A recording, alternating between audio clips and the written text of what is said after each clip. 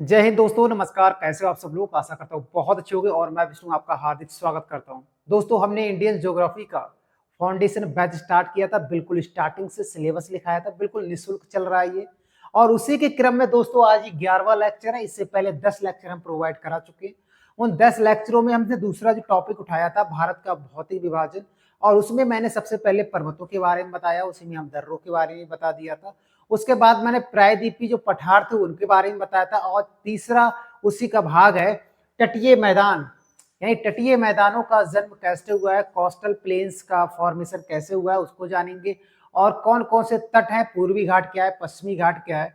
और इसके बाद भारत की जो प्रायद्वीपीय भारत की सभी पहाड़ियों को भी जानेंगे। इस प्रकार से मैंने डिजाइन किया, आप देख पा रहे होंगे। देखिएगा, ये हम भारत की सभी पहाड़ियों के बारे में जानेंगे, दक्षिण भारत में कौन कौन सी पहाड़ियां हैं, ताकि एक भी सिंगल प्रश्न चाहे वो मैपिंग से हो या किसी भी तरह से हमारे एग्जाम में आएगा तो हम कर पाएंगे। ये चीज आपको याद रखना है, बिल्कुल गर्दा काट देना है दोस्तों, बहुत गजब तरीके से। बढ़ते हैं अपने टॉपिक की तरफ। तटीय मैदान, तटीय मैदान तट के पास होंगे। तट कहां पर होगा? सागर या महासागर से लगा हुआ स्थलीय भाग तट कहलाता है, हाँ या ना। जैसे ये मैंने प्रायद्वीपीय भारत का मैप बनाया है। ये मैंने क्या बनाया? प्रायद्वीपीय भारत का मैप बनाया है। अब आपको पता है यहाँ पर हमारा अरेबियन सी है, ये हमारा कहा है यहाँ पर अरब सागर है। हमारा कौन सा सागर है? अरब सागर है, ठीक है। उसके बाद अगर हम बात करें, यहाँ पर हमारा बंगाल की खाड़ी है, हाँ या ना। यहाँ पर हमारी क्या है? बंगाल की खाड़ी है। एक प्रश्न तो ये आता है कि भारत के कितने राज्य तटरेखा से लगते हैं, या कितने राज्य समुद्र के किनारे हैं या तटरेखा सीमा बनाते हैं? तो 9 राज्य। लिखा नहीं है, ये लिख लेना। कितने राज्य?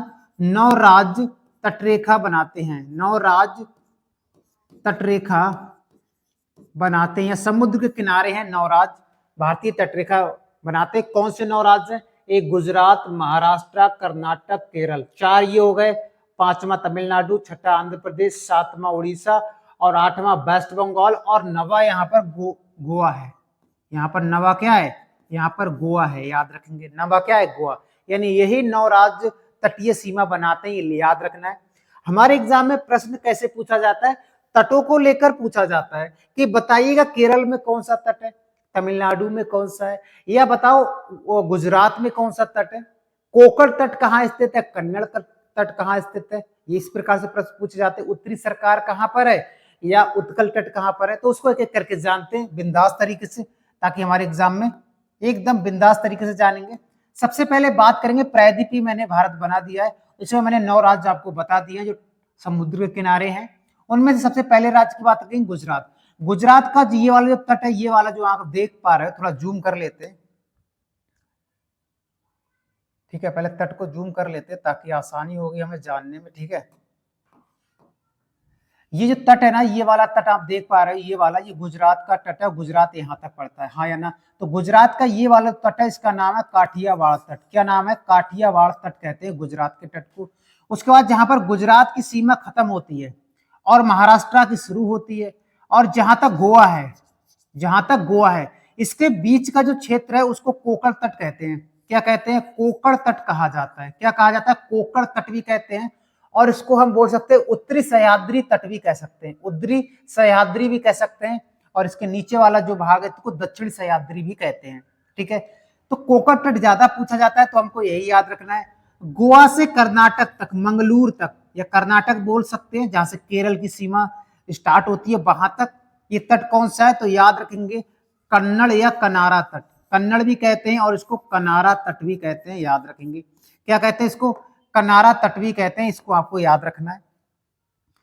यहां से आपका सरहद केरल का शुरू होता है, और जहां पर केरल का खत्म होता है सरहद, यानी तमिलनाडु जहां से स्टार्ट होता है, यानी ये पूरा तट का नाम कौन सा है? ये वाला, ये पूरा तट का नाम क्या है? तो मालाबार तट है। केरल का कौन सा तट है? तो याद रखेंगे मालाबार तट है।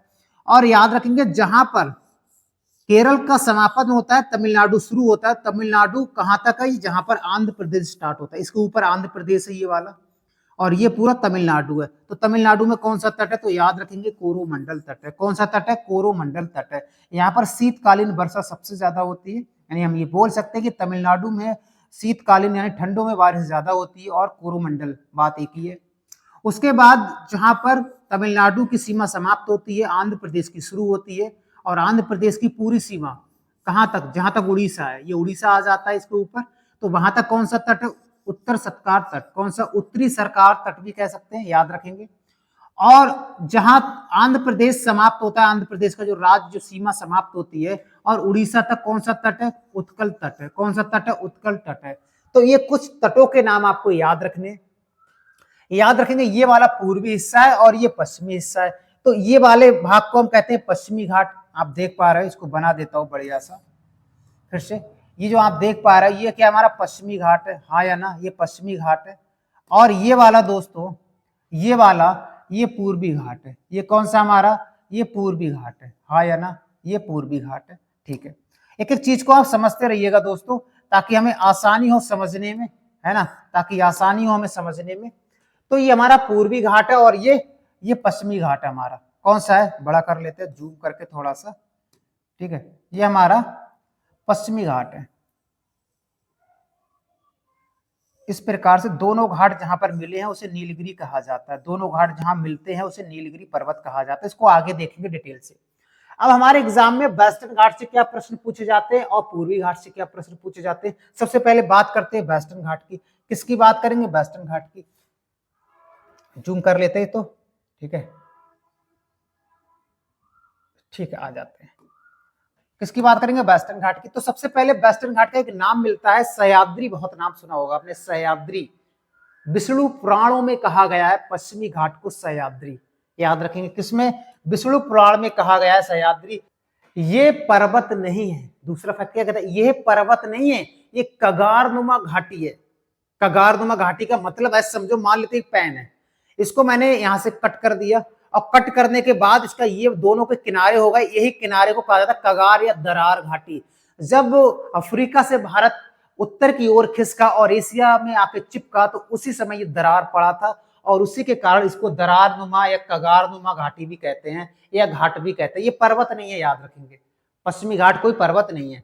अगर बात करेंगे पश्चिमी घाट की औसत ऊंचाई कितनी है, लगभग अप्रॉक्स ऊंचाई, तो 1000 से 1300 मीटर इसकी ऊंचाई है। इसका विस्तार कहां से है? अगर इसका विस्तार की बात करेंगे, आपको पता है बैतूल जिले से ताप्ती नदी निकलती है, हाँ या ना? और खंबात की खाड़ी में गिर जाती है। जब नदी जानेंगे तो जानेंगे खंबात की खाड़ी क्या होता है। तो इसके क्षेत्र से नीचे तक, यानी महाराष्ट्र, गोवा, कर्नाटक, केरल तक कौन सा है? पश्चिमी घाट तट है। कितने राज्यों में? 2, 2, 4, यानी 4 राज्यों में है, याद रखेंगे। ये लिखा है जहां ताप्ती नदी गिरती है उसके दक्षिण में इसका विस्तार है। भारत में सर्वाधिक जैव विविधता पाई जाती है। कहां पर? पश्चिमी घाट पर। क्यों? क्योंकि यहां पर सर्वाधिक बारिश होती है, और जहां पर बारिश ज्यादा होगी जिस क्षेत्र में, वहां बायोडायवर्सिटी वैसे ही ज्यादा होगी। क्यों? बारिश जहां ज्यादा होगी तो वहां पेड़ पौधे कम होंगे या ज्यादा? ज्यादा होंगे, हाँ या ना? तो ज्यादा होंगे। जब पेड़ पौधे ज्यादा होंगे तो कीट, पक्षी, जीव जंतु ज्यादा होंगे या कम होंगे? ज्यादा होंगे। तो यही तो परिभाषा है बायोडायवर्सिटी या जैव विविधता का, कि वह स्थान जहां पर अनेकों प्रकार की वनस्पति और अनेकों प्रकार के जीव जंतुओं का समूह पाया जाता है, उसे जैव विविधता या बायोडायवर्सिटी कहते हैं। तो यहाँ पर अनेकों प्रकार की वनस्पति पाई जाती है, और इसको 2012 में दोस्तों विश्व हेरिटेज साइट में घोषित भी किया था। किसको? वेस्टर्न घाट को, याद रखेंगे। कब? 2012 में। ठीक है, विश्व हेरिटेज साइट घोषित किया था। ये चीज भी आपको याद रखनी है। कुछ फैक्ट हम अब देख लेते हैं पूर्वी घाट के। जैसे पूर्वी घाट एक पुरातन बलित पर्वत है, पुराना बलित पर्वत है, याद रखेंगे। और मैंने कहा था कि इसका भारत का ढाल इस तरफ को पूर्व साइड में ज्यादा है, तो तभी सब भारत की जो मैक्सिमम नदियां हैं वो बंगाल की खाड़ी में गिरती हैं। मैंने आपको पिछली क्लास में बताया था।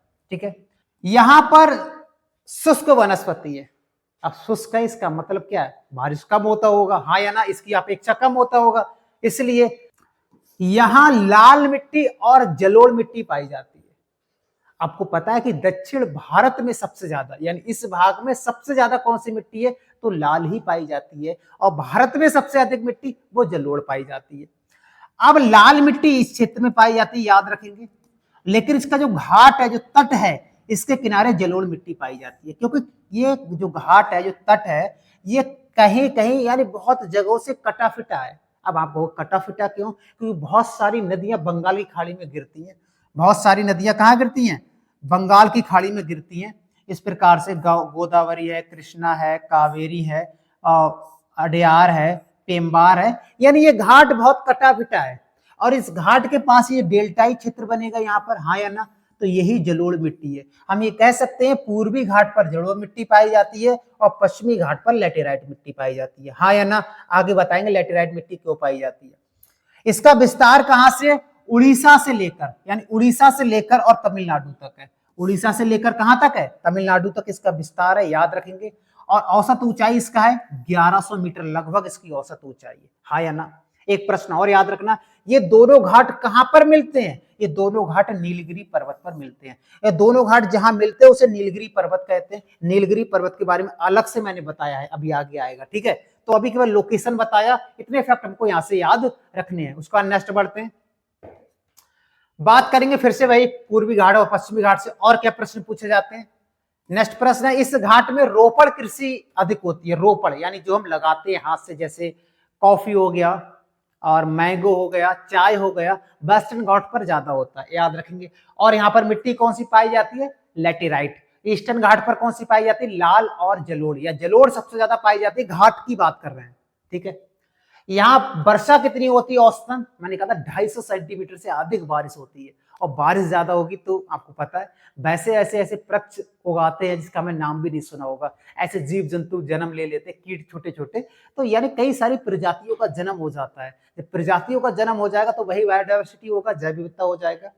अगर बात करेंगे कि पश्चिमी घाट की, इस घाट की सबसे ऊंची चोटी कौन सी है? इस घाट की सबसे ऊंची चोटी है अनाईमुदी।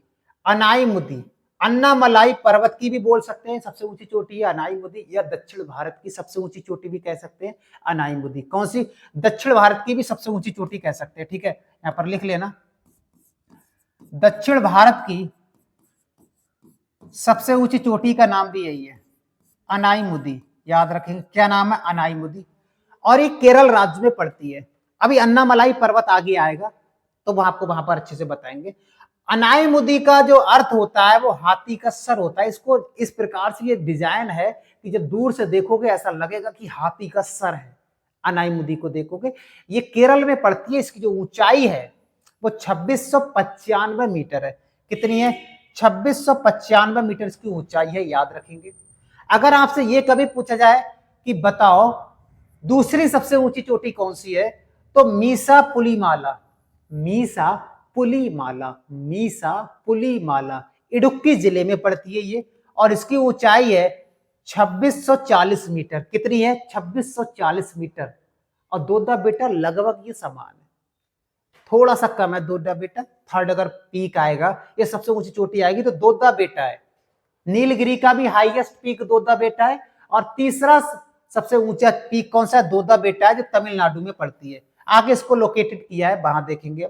इसकी ऊंचाई है 2637 मीटर, यानी इन दोनों में कोई फर्क नहीं, लगभग समान है। तो सेकंड ये भी हो सकती है, ये भी हो सकती है, ये चीज आपको याद रखनी है, लगभग समान है। कुछ फैक्ट हम पूर्वी घाट के भी जान लेते हैं। केजियन बेसिन, यानी केजियन का मतलब कृष्णा, केजियन का मतलब कृष्णा, ये कृष्णा और ये गोदावरी।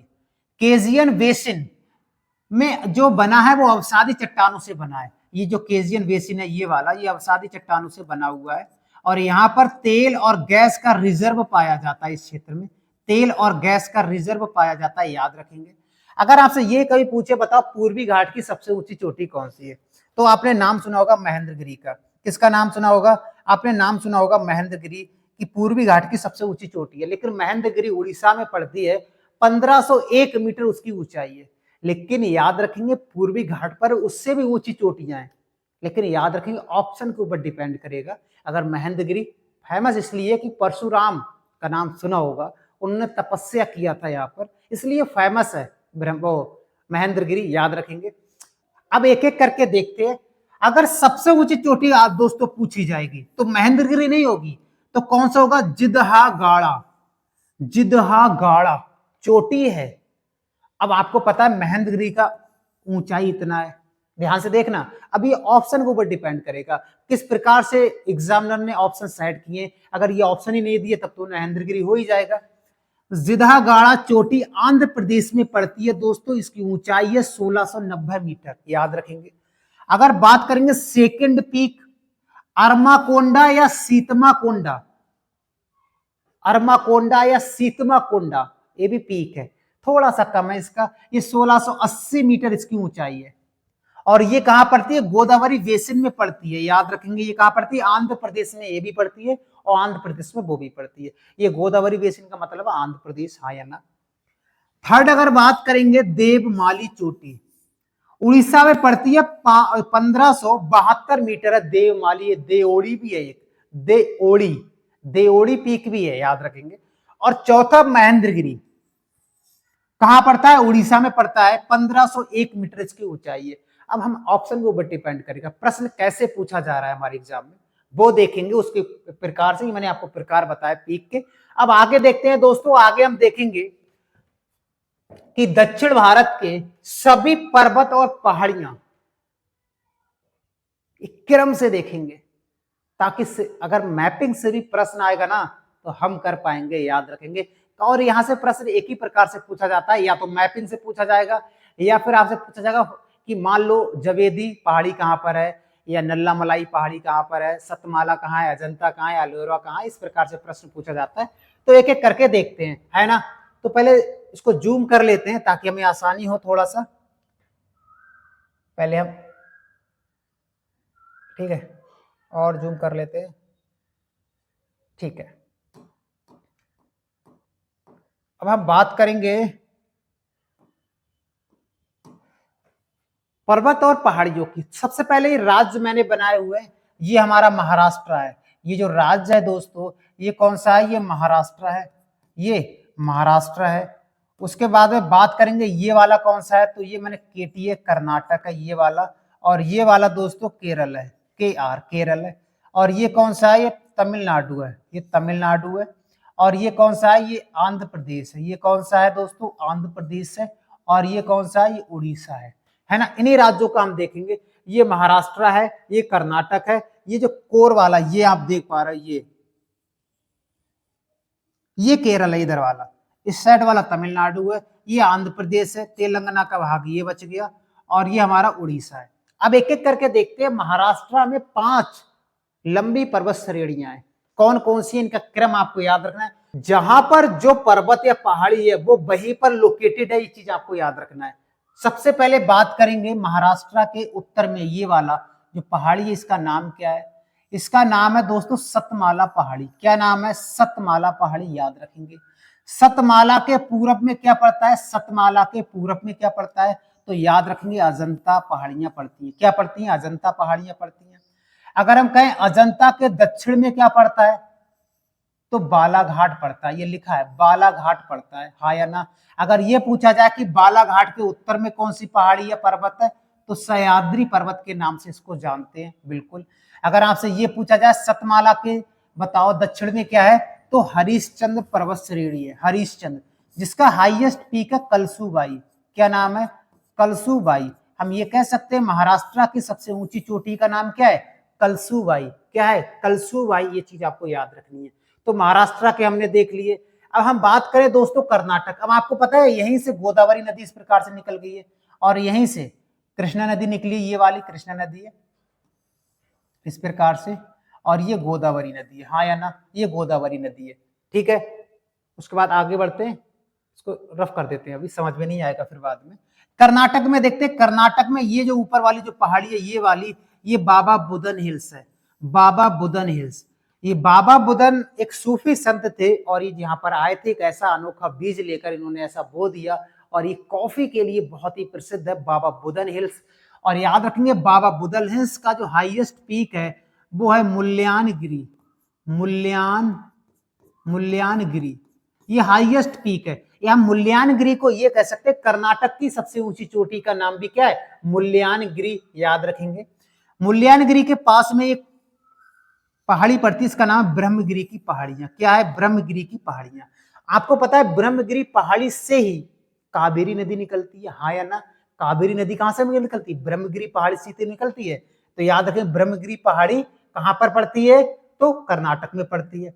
अभी जो रेड कलर का मैंने बनाया है बॉल, ये नीलगिरी है। ये क्या है? नीलगिरी।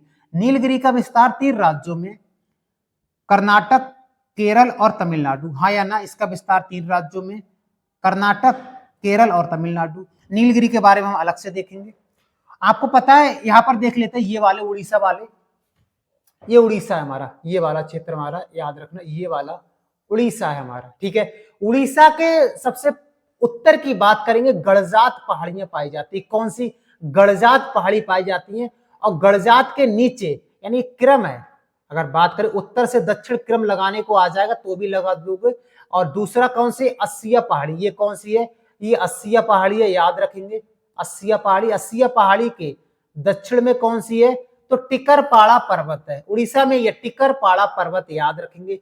टिकरपाड़ा पर्वत के दक्षिण में नयागढ़ पहाड़ी या नयागढ़ श्रेणी भी कहते हैं, नयागढ़ पर्वत भी कहते हैं, याद रखेंगे। तो ये क्रम है, उत्तर से दक्षिण को लगाने को आ जाएगा तो हम लगा पाएंगे, याद रखेंगे। ये दोस्तों आंध्र प्रदेश का सीमा है, याद रखेंगे। ये वाला जो आप देख पा रहे हो, ये वाला, ये आंध्र प्रदेश का सीमा है, हाँ या ना? बिल्कुल है। आंध्र प्रदेश में देखते हैं कौन कौन से हैं। आप देख पा रहे हो ये वाला, ये कौन सी है? ये कौन सा है दोस्तों? ये है पालकोंडा। ये कौन सा? पालकोंडा पर्वत है। कौन सा? कहां पड़ता है? आंध्र प्रदेश में पड़ता है पालकोंडा। पालकोंडा के पश्चिम में ये वाला कौन सा है? तो शेषेचलम है। शेषेचलम पहाड़ी किस राज्य में पड़ती है? तो आंध्र प्रदेश में पड़ती है।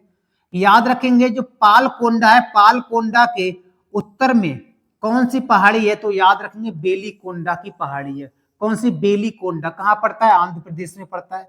बेलीकोंडा के उत्तर में कौन सा है? तो नल्लामलाई पर्वत है या नल्लामाला पर्वत है, नल्लामाला पर्वत है। और यहीं पर नल्लामाला जो पर्वत है, यहीं पर ये हमारा कृष्णा नदी है और ये गोदावरी यहीं पर बेसिन बनाती है, याद रखेंगे, केजीएन बेसिन।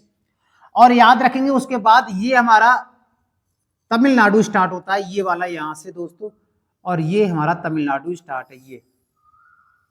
ये तमिलनाडु है। तो तमिलनाडु और आंध्र प्रदेश के बॉर्डर पर एक झील है, इसका नाम है पुलिकट। अधिकतम भाग इसका 80% भाग आंध्र प्रदेश में पड़ता है, इसलिए इसको आंध्र प्रदेश की झील भी कहते हैं, पुलिकट। जब झील जानेंगे तब जानेंगे श्री हरिकोटा द्वीप क्या होता है, पुलिकट झील का निर्माण कैसे हुआ है, वहां पर डिटेल से जानेंगे। सबसे पहले बात करेंगे तमिलनाडु के उत्तर में कौन सी पड़ती है, यानी ये वाली जो कौन सी है, ये वाली है, याद रखेंगे जवेदी। ये कौन सी है? जवेदी पहाड़ी है। कहां पड़ती है? तमिलनाडु में पड़ती है।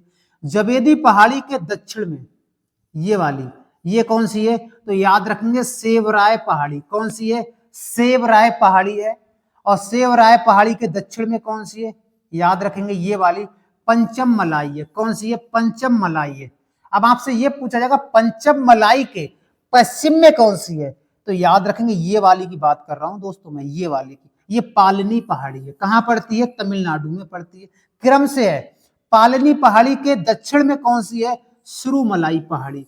कौन सा है? सिरुमलाई पहाड़ी, याद रखेंगे। कौन सी है? सिरुमलाई पहाड़ी, याद रखेंगे। अब आगे बढ़ते हैं।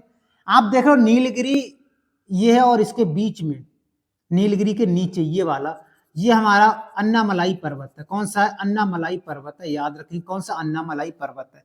और अन्नामलाई पर्वत का हाईएस्ट पीक है अनाईमुदी। अनाईमुदी केरल में ही पड़ती है, हमने इससे पहले जाना था, हाँ या ना? और ये दक्षिण भारत की सबसे ऊंची चोटी है अनाईमुदी, और वेस्टर्न घाट की भी हाईएस्ट पीक है, याद रखेंगे। उसके बाद में यहाँ पर एक दर्रा पड़ता है, यानी नीलगिरी को, ये वाला नीलगिरी को अन्नामलाई से कौन सा दर्रा जोड़ता है? पाल घाट, याद होगा आपको, पाल घाट याद होगा ना। उसके बाद नेक्स्ट है अन्नामलाई के नीचे, और एक चीज और, अन्नामलाई 2 ही राज्यों के बॉर्डर पर है, केरल और तमिलनाडु के बॉर्डर पर है। ये बॉर्डर पर है, याद रखेंगे, दोनों राज्यों में आता है। इसके नीचे ये वाला जो क्षेत्र हमारा, इसे हम बोलते हैं इलायची की पहाड़ियां या कार्डामम पहाड़ियां। इलायची की पहाड़ियां या कार्डामम पहाड़ियां, ये भी दोनों राज्यों में इसका विस्तार है। इसका भी दोनों राज्यों में विस्तार है, याद रखें, कार्डामम और इलायची की पहाड़ियां। और आप सबसे नीचे देख रहे हैं ये वाला बिंदु, यही है कन्याकुमारी, केप कमोरिन, केप अंतरित, कुमारी अंतरीप, इसी को कहते हैं। और इसके ऊपर छोटा सा यहाँ पर नागरहोल भी है, नागरहोल भी कहते हैं इसको। तो इतनी सारी चीजें हमने देखी अभी, इससे कौन सी पहाड़ी कहाँ पर है, कौन सा पर्वत कहाँ पर है, वो हमने देखा। उसके बाद देखते हैं हम नीलगिरी के बारे में कुछ फैक्ट मैंने यहाँ पर लिखे जो हमारे एग्जाम में पूछे जाते हैं, कई बार पूछा गया है, उनको हम देखते हैं, है ना। चलिए उनको हम देखते हैं, ठीक है। चलिए पहली चीज तो आपसे कोई कहेगा नीलगिरी पर्वत कहाँ है, तो आप ये कह सकते हो एक लाइन में कि पूर्वी घाट और पश्चिमी घाट के मिलान बिंदु को ही क्या कहते हैं, नीलगिरी पर्वत कहते हैं। क्या कहते हैं, नीलगिरी पर्वत कहते हैं। नीलगिरी इसका नाम इसलिए पड़ा, यहाँ पर नीले पुष्प आते हैं जो 11 या 13 सालों के बीच में एक बार आते हैं, नीले पुष्पों के लिए जाना जाता है नीलगिरी।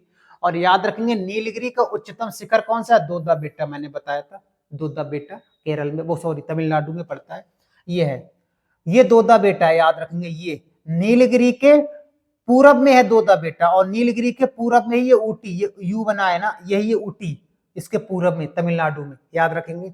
और यहाँ पर जनजाति सबसे ज्यादा निवास करती है टोंडा या टोंड जनजाति, याद रखेंगे।